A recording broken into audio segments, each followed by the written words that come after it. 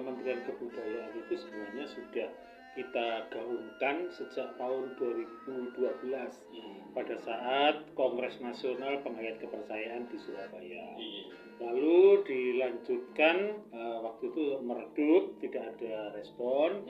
Lalu dilanjutkan pada tahun 2017 itu di dalam event Rembuk Nasional Pendidikan dan Kebudayaan itu kita gaungkan lagi. Ternyata juga masih belum ada respon.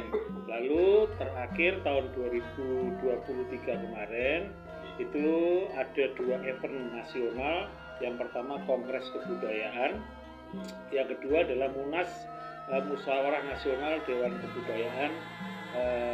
Di situ dihasilkan namanya resolusi Ancol, salah satunya adalah usulan adanya Kementerian Kebudayaan.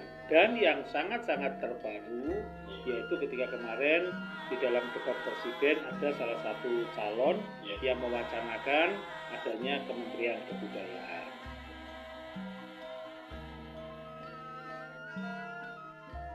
Bukan wacana lagi karena ketika kemarin ada salah satu capres itu menjanjikan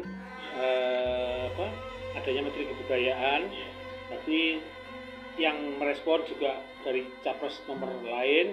Nah, ini kami melihat ini jujur kami tidak sedang dalam kapasitas sebagai tim siapa-siapa ya, tapi setidaknya kami harus cepat follow up ya, karena yang berkembang saat ini secara de facto itu kayaknya di pasangan calon 02 ya, sehingga kemarin kami dari FPK langsung bergerak itu berkirim surat kepada capres terpilih Bapak Prabowo Subianto dan juga wakil capres terpilih.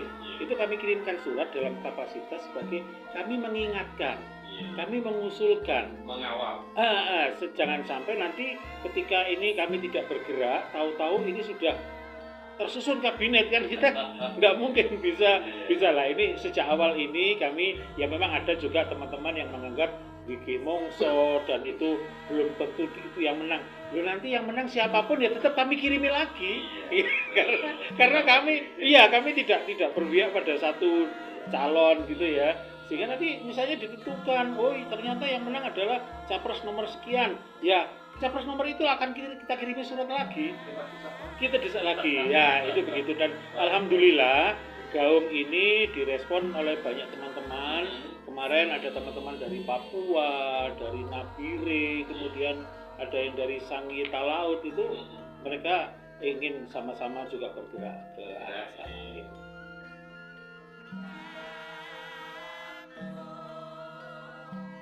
Jadi gini, skema atau skenario yang kami bayangkan itu seperti saat ini ya, katakanlah di tingkat kota kabupaten itu kan dinas pendidikan dan kebudayaan.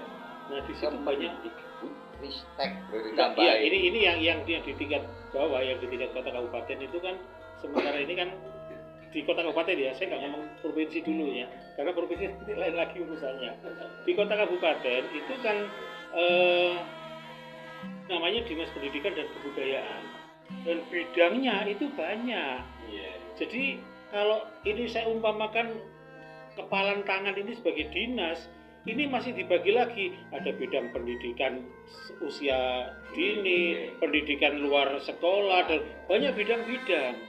Sehingga bisa kita bayangkan keduman piro kebudayaan itu ya. Nah, tapi nanti harapan kami ketika di dalam pemerintahan pusat nanti ada Kementerian Kebudayaan, harapan kami di tingkat kota kabupaten itu hanya ada dinas kebudayaan, orang campur dengan yang lain-lain, sehingga mungkin bidangnya bisa disesuaikan dengan OPK. Ya toh, itu bidangnya sesuai dengan OPK, mungkin ada ditambahi kayak cagar budaya dan sebagainya, itu bisa masuk di sana. Nah, karena saat ini mohon maaf, ini masih belum linear, khususnya di Jawa Timur ya. Di Jawa Timur belum linear. Yang saat ini namanya di pusat itu Menteri Pendidikan dan Kebudayaan, ya pun ditambah. Tapi kalau di Jawa Timur sampai hari ini namanya masih Dinas Kebudayaan dan Pariwisata. Sampai hari ini loh. Makanya saya tadi kita pisahkan antara provinsi dan kota kabupaten. Nah, di kota kabupaten pun sebelum linier ini dulu namanya juga sama, Dinas Kebudayaan dan Pariwisata. Tapi tahu-tahu di akhir-akhir ini namanya diganti menjadi Dinas Pariwisata dan Kebudayaan. Artinya kita second hand, ya kita di nomor 2 ya, itu nanti tidak tahu lagi. Nah, yang lebih memprihatinkan lagi, ini kemarin sempat saya sanggah, tapi kok nyatanya masih tetap dilanjutkan, saya nggak masalah. Jadi ada salah satu, nggak saya sebut ya, salah satu kabupaten di Jawa Timur ini yang rada aneh bagi saya. Karena apa? Untuk pengurusan nomor induk kesenian itu di Dinas Perizinan. Bujur orang.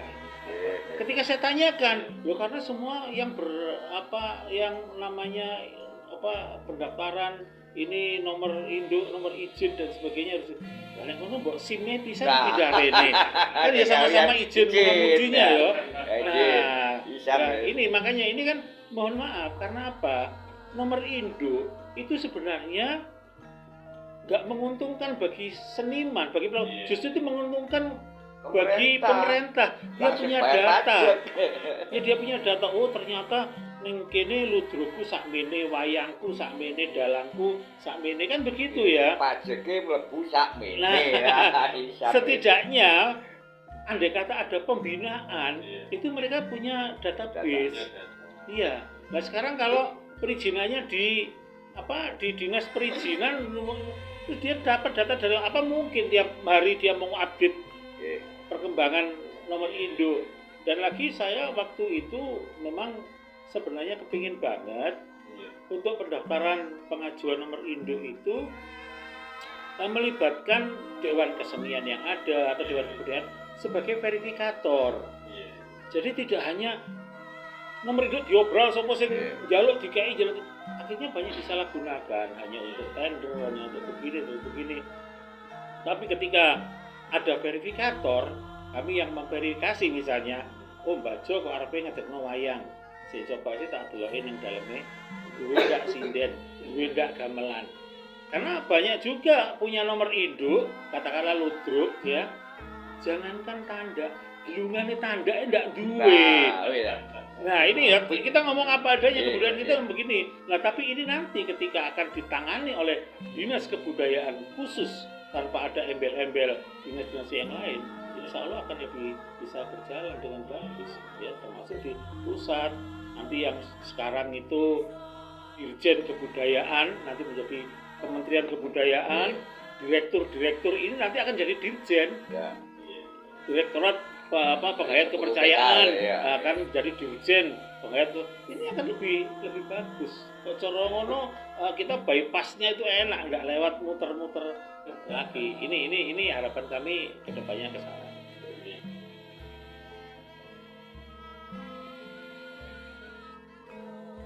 Saat itu kan sudah jelas bahwa pada debat kelima ada salah satu calon yang mengatakan ini perlu di Indonesia, perlu ini, kemudian di follow up, direspon oleh capres yang lainnya.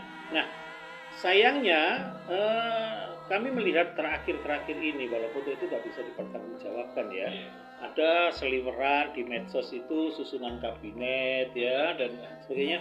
Tapi ketika saya amati, kok belum ada. Itu namanya Kementerian Kebudayaan. Apa yang di atas masih bingung.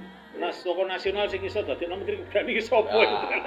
Kan bisa juga begitu ya. Kami berharap nanti ini secepatnya. Nah, ini akhirnya kemarin kami punya kerentek tanggal berapa itu kita kumpul di Mojokerto. Kita beberapa seniman dan budayawan se-Jawa Timur, bisa saya katakan Jawa Timur karena mewakili beberapa komunitas. Nah, itu akhirnya kita sepakat membuat berkirim surat kepada capres terpilih, kemudian juga kita bacakan secara langsung semacam surat terbuka usulan adanya Menteri Kebudayaan. Dan ini kemarin kedua surat itu alhamdulillah insya Allah sudah masuk ke meja beliau berdua itu hanya nanti tinggal bagaimana peluangnya.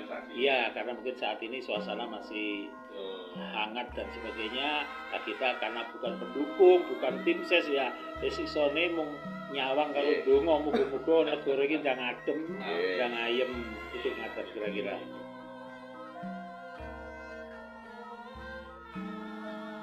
Kebudayaan ini menjadi tuan rumah di negeri sendiri. Prioritas ya, harusnya menjadi prioritas. Ya, saya contohkan seperti di Sidoarjo. Sidoarjo ini untuk tingkat kabupaten kebudayaan ini diselempitno itu apa sih? Ditempel taruh tapi cepet ya. Dinas pendidikan. Padahal kemarin sempat saya bertanya kepada pihak yang berkompeten anggaran pendidikan dan kebudayaan ini apa sih? Ternyata jawab dari pihak dinas itu kurang lebih 6 miliar. Besar untuk Sidoarjo, karena memang Sidoarjo APBD-nya 5 besar nasional untuk tingkat kabupaten. Nah, terus untuk kebudayaan piro? Separuh ke seperempat ke 10%. Kalau ya enak ini 1%.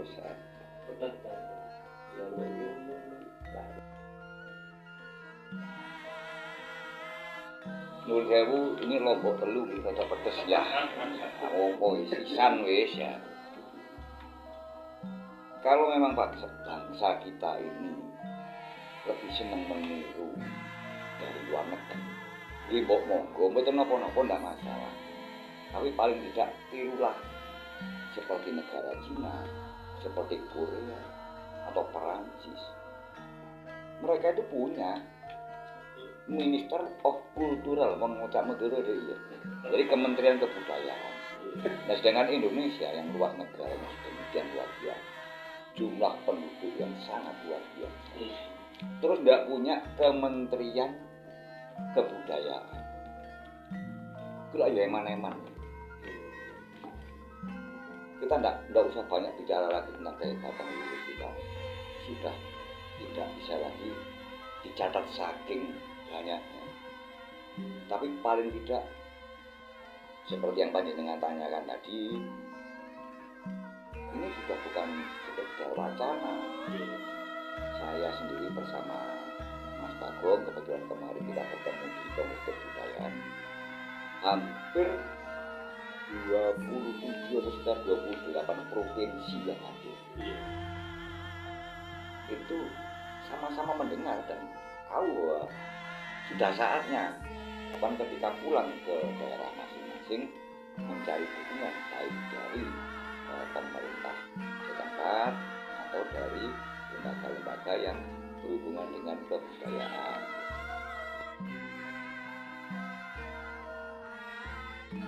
Apa yang disampaikan Bajo dan apa yang disampaikan Mas Nur itu memang real terjadi ya, real terjadi. Nah ini sebenarnya pemerintah itu sudah banyak mengambil langkah. Suatu contoh, di setiap daerah itu harus punya PPKD, pokok-pokok pikiran kebudayaan. Nah disitulah kita akan tahu peta penyebaran dari unsur seninya dan unsur, misalnya Reok Ponorogo itu di Pasuruan ada, di Papua ada, di Jakarta ada. Nah ini ya harus tetap memakai nama Reok Ponorogo, nggak bisa diganti dengan Reok Papua. Reok Papua. Ya termasuk juga tadi dikatakan masalah bahasa. Memang itu banyak, itu bahasa suku bangsa dan bahasanya sangat luar biasa. Makanya di dalam objek pemajuan kebudayaan itu disebutkan juga ada bahasa. Bahasa itu salah satu daripada objek pemajuan kebudayaan. Karena mohon maaf, ketika orang berkenalan kemudian dia ngomong, oh kulo asli Solo pak, tidak mungkin percaya toh, ya. Karena dari dialeknya itu dia bukan orang Solo. Dia bukan orang Solo kan begitu ya. Kearifan lokal nggak bisa dibohongi. Nggak bisa dibohongi gitu loh. Makanya ini saya juga berharap nanti ini tetap dilestarikan. Jadi kayak misalnya Boso Malangan ya, Boso Walian itu identitas.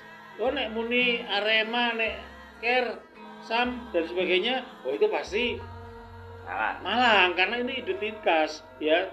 Termasuk ada di beberapa daerah sing sing ya lah itu ya nggak usah malu, nggak usah anak-anak kita jangan itu sebuah dianggap desa. Oh enggak, ini adalah kearifan lokal yang juga perlu dilestarikan karena nanti apa ujung-ujungnya dia akan bisa mengeterapkan kapan aku muni mangan, aku muni dahar, aku muni nedo. Ini nanti efeknya juga ke sana kalau dia terbiasa dengan bahasa-bahasa lokalnya dia. Karena kalau kita ngomong bahasa Indonesia secara general ya nggak ada kata jenengan sampean ya akhirnya dengan bapaknya ya juga kamu budi pekerti kemudian terhadap Toto Kromo Subosito dari unsur agama kemudian dari unsur permainan misalnya kalau anak-anak sekarang individu banget ya dia main gadget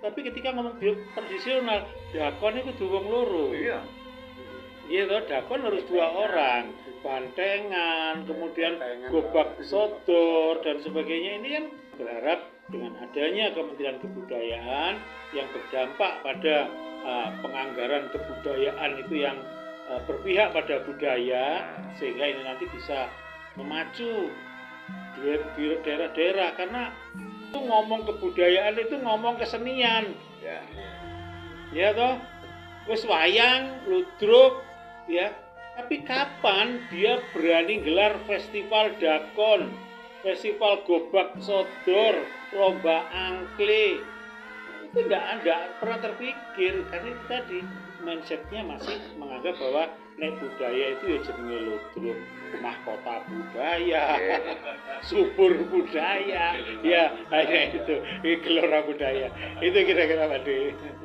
budaya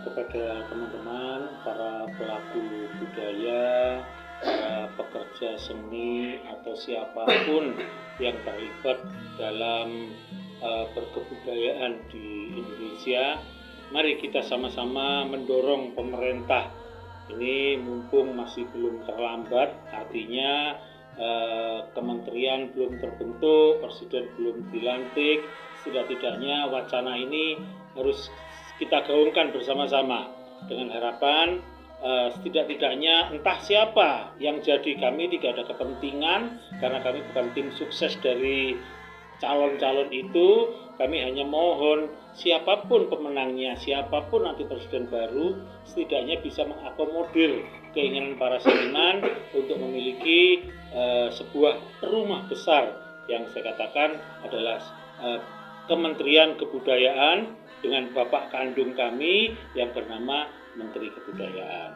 Ini harapan kami para seniman walaupun toh muncul dari Jawa Timur tapi setidaknya gaungnya ayo kita gaungkan bersama baik yang ada di Sabang sampai Merauke bahkan mungkin yang di luar negeri bisa memberikan masukan bisa menyambungkan pesan moral hari ini bisa sampai kepada para kontestan capres kemarin.